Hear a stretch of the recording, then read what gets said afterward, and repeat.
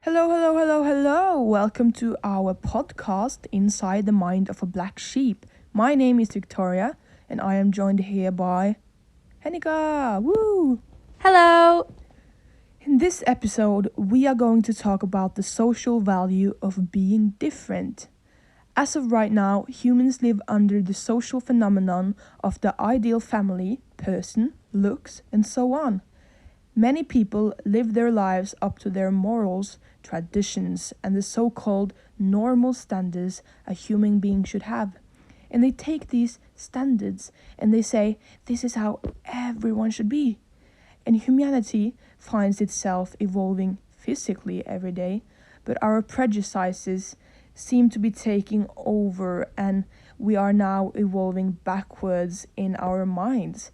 It seems like the fight for social justice is becoming a vicious cycle where the actions taken to equalize people repeats itself.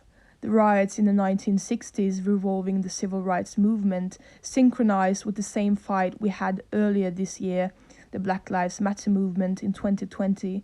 And while unraveling these historical moments in time, we learn to open our eyes for the darker side of a society. And the people who are suppressed by the high-class white straight people become more aware of how different they are.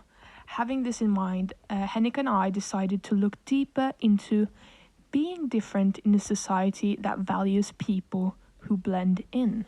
Of course, the values a society have and the priorities people in those places have, the differences from place to place. You can, for example, see in Norway where gay marriage is allowed and there's very little racism, whilst in Poland people are fighting for their right to stay in their home because the government are making these LGBTQ plus free zones, which are zones, it sounds crazy, zones where people who are in this community are allowed to stay.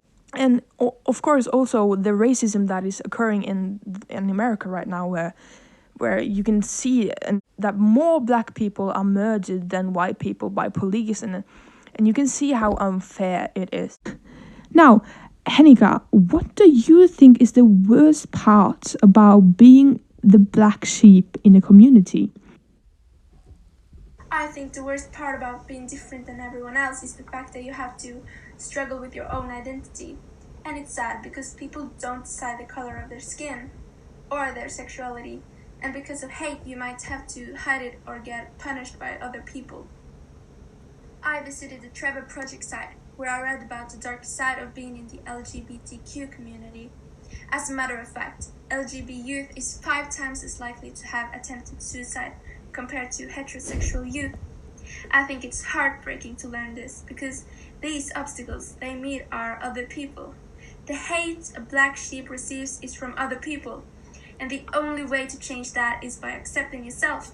And I can imagine that it's hard when you have no power over society's opinion, but still have to force yourself through the hate.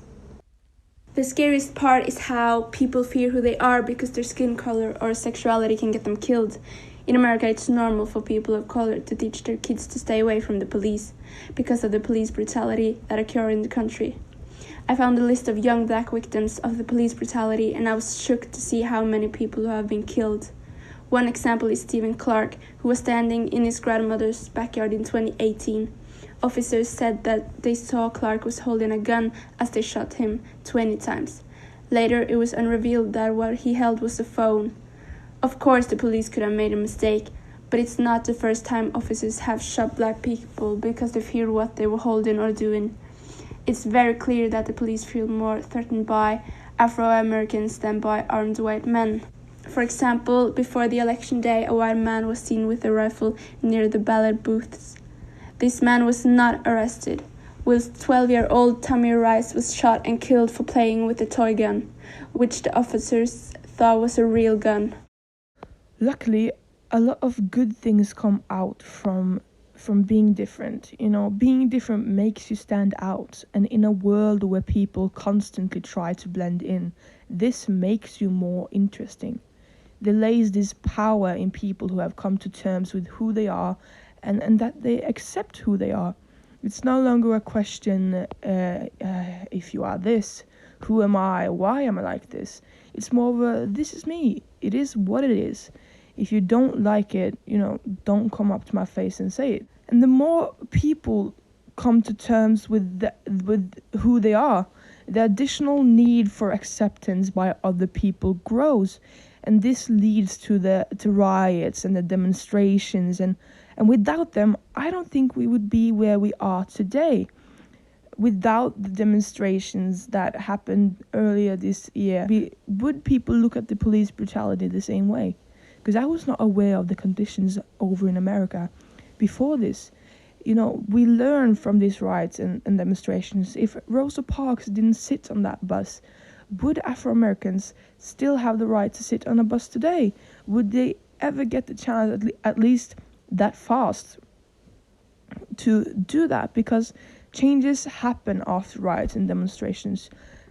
People listen for once, and because these obstacles happen, they make humans grow, and I think that's just wonderful. The person we are going to talk about now is a man who knows a lot about how it is being the black sheep in a community. Now we want to bring up a person who's been talked about a lot in the media lately. Harry Styles is a 26-year-old singer, songwriter, and actor who grew up in Cheshire. He's known for his role in the world-famous band One Direction and has now grown a huge fan base around his solo and band career. Just a few weeks ago, Styles became the first male to ever appear solo on the cover of Vogue magazine, where he was styled in dresses and skirts. He received a huge backlash for wearing what some might call girl clothes. A woman called Candace Owens was the first big platform who spoke her mind on the photos. And she said this.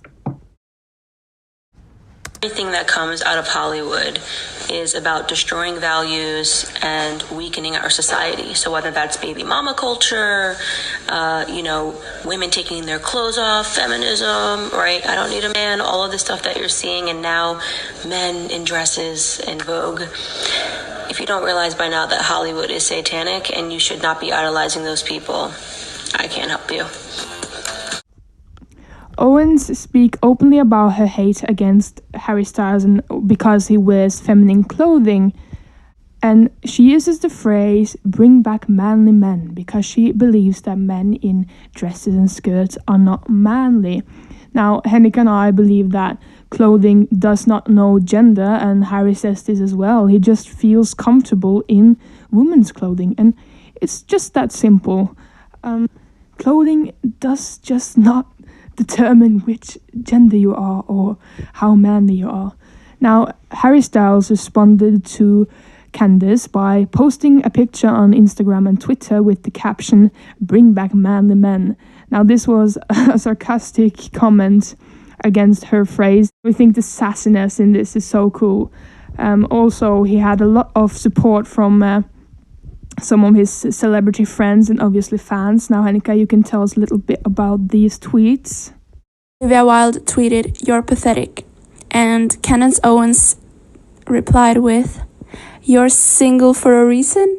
Well, if that is not childish, I don't know." Alicia Wood tweeted, "I think you've missed the definition of what a man is. Masculinity alone does not make a man." Katie Griffin tweeted, "Candy Owens does not know what she's in for going up against the Harry Styles stance." Jamila Jamil tweeted, "Harry Styles is plenty manly, because manly is whatever you want it to be, not what some insecure, toxic, woman-hating, homophobic dickheads decided it was 100 years ago. He is 104% perfect." With that bang, I think we're going to call this one a quit. Thank you so much for listening to this episode. I hope you have a wonderful day. Bye! Bye-bye!